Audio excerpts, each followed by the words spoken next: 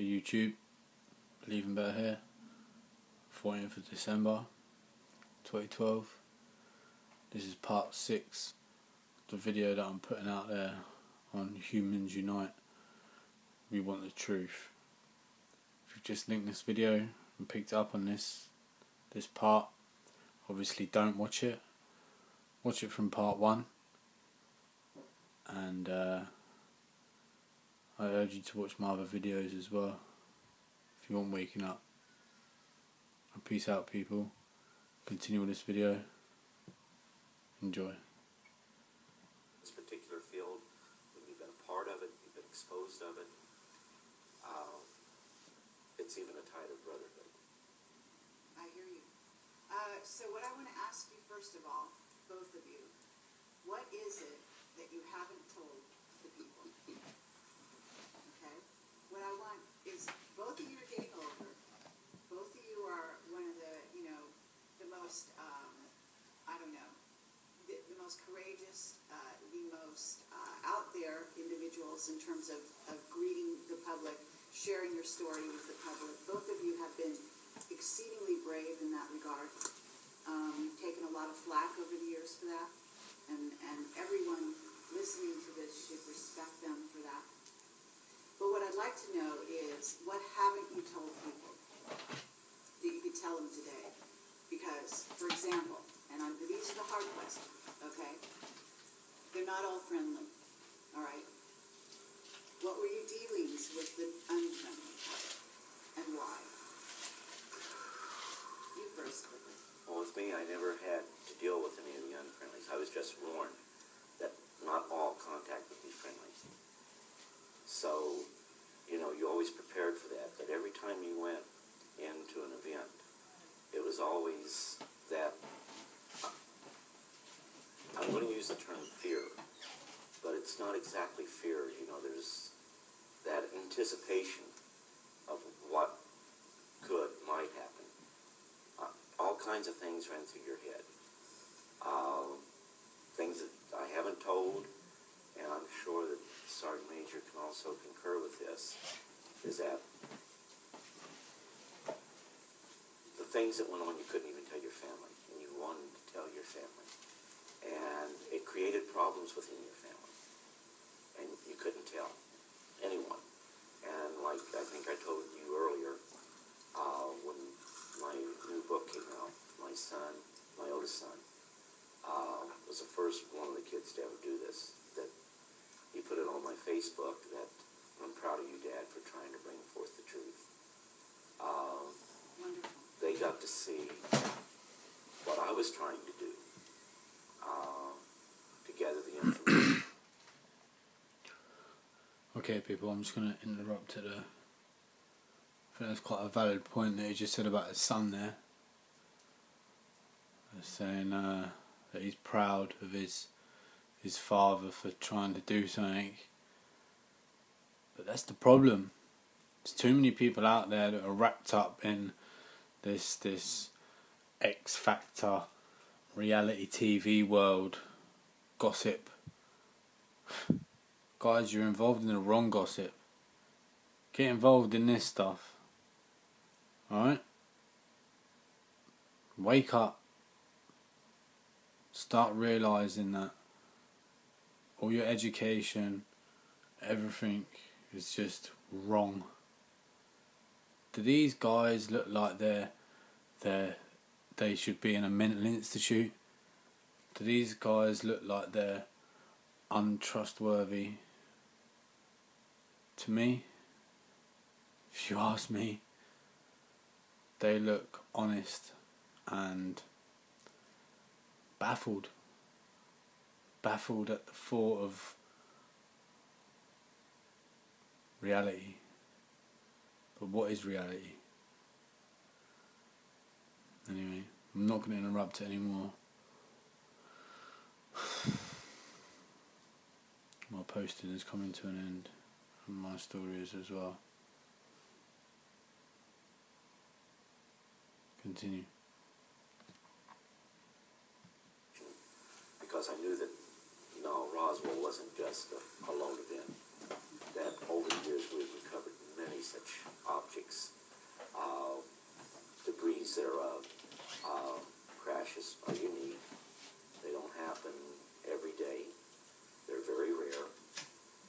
sundry reasons why we have recovered crashed UFOs. But I try to bring everything out. I understand, and we shot those UFOs crashed because we shot them down? In some instances, but it was more the Soviet Union and other foreign powers that did it. But if they were foreign powers that were friendly, we would go in and try to recover those. There was, I think, it was in the 1970s. There was a UFO that went down in Sudan. Now this is unique because it wasn't ours. I'm just going to interrupt it, guys. I think, and this is just me doing my own homework on this, I think that he's possibly talking about UFO recovery by the Eastern world, like he said, Sudan. No, I'm not going to go into it because it's a whole nother story and it's going to delay this video, but I've done quite a bit of research on that. Some quite baffling stuff that goes into links between the Americans and the Eastern world. Basically, the agenda is that 99% of the population are led to believe that they're all at war, when really they all celebrate Christmas together and all their. Anyway, I'm going to continue with this because I'm getting annoyed. But we wanted to go ahead and recover that object. Well, there was strained relations at that time with all nations in the Middle East, so they did not want us there. However, a group of 13 Soviet personnel, to include scientists, went there to investigate that object that fell. That shows right there that it wasn't ours. We knew it wasn't ours, and the documentation makes it clear.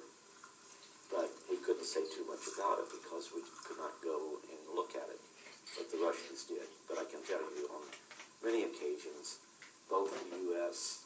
and Russia would, or should I say, the former Soviet states, we would work together, and we worked with other foreign powers, simply because situations like this could lead to misunderstandings that could have triggered possibly a nuclear war.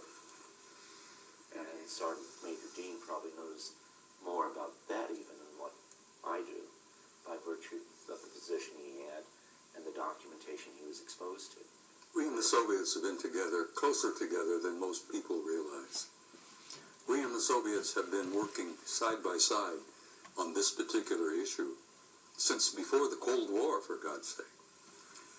Now, the Cold War, as many of you remember, many of you older people will remember, was kind of a construction that was made up by Soviet leadership, American leadership, to convince... Okay guys, I'm just going to pause it here, because he just kind of addressed the older generation about the Cold War. Well, I'm going to tell you what the Cold War was about. It's corruption and greed, and that's all it was. It was other countries getting involved in other countries' stuff on the pretense that they were doing good, when really all they were doing was having secret meetings behind the scenes, exchanging money and taxing the public. Again, that's another story. It's too much detail to go into, but it's going to cover something like that anyway. But I'll continue here. The world that we were antagonistic toward each other and we were going into a nuclear war. We and the Soviets have been like this from the very beginning of this matter, particularly involving them. So, and even today now, here we are, we don't have a space program of our own publicly. We're paying the Soviets, what, $500,000 Okay, I'm just going to interrupt it again there, because I just want to relate back to how it was saying about the relationship with the Soviets and Russia and things. This all boils back to the relationship between the Bin Laden family and the Bush administration back in the 70s. We're all led to believe that all these governments and that are at war, but that's not the case. This is all about greed and money and people living high lifestyles. It's pathetic. Let's carry on with this. Up just to get one of our astronauts to the space station, for God's sake. So we and the Russians have been pretty close together for the last 50 years on this alien matter. And why is that? You know? Because we recognized from the very beginning that it was us versus them. And we didn't realize back in the beginning that they were made up of not only malevolent guys out there, and there are some of them out there that don't like us at all. They're not purposely malevolent, they're not hostile, but they don't like the human race, and they don't give a damn whether we survive or not. Thank God we have good friends out there that do care about us, that are... Okay, this is getting extreme. This guy is talking about extraterrestrials, guys. I mean, does he know something we don't? Is he sitting here in his Burberry scarf just making money out of people by being in the military and earning loads of medals? Or is he really a whistleblower? Huh? I don't know. One thing I do know is that we are most definitely not alone. And the truth is out there. Believe me, the truth is out there. Related to us who want to see us survive as a species. What is the threat? In other words, first of all, you know they've done abductions. We know that they allowed them to do abductions. And yes, some of the abductions are positive contactee experiences, etc., etc. And some of them are painful. And depends who it is. But they also had an agenda. And one of those agendas is to create a hybrid race. They're harvesting Humans us. are already hybrids. We made an agreement with them, 1954. We would allow them to continue to harvest our genetics. And we traded that for technology. We also traded a lot of our gold for that technology. I was telling someone the other day that I'm remote viewing Fort Knox and it's half empty. Because we've given the Anunnaki enough damn gold that they've given us anti-gravity, they've given us, zero-point energy, and we have a separate space program which makes NASA look like a joke. Exactly.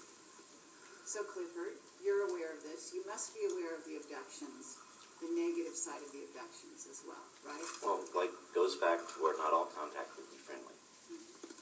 And what I would do is point out that it's not necessarily a culture, but it is like a rogue group within that culture. Good example, I've been using this all day, is like, you know, you have the cartel. Well, they're people just like us, they're humans, but yet they're a sliver group. They are, have their own agenda. And that same thing happens within the various cultures. And Okay guys, I'm going to just pause it there. This is part 6. I'm going to continue with part 7. You catch it out there on YouTube.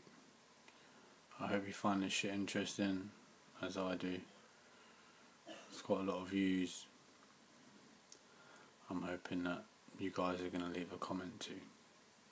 Peace out. Believe in better.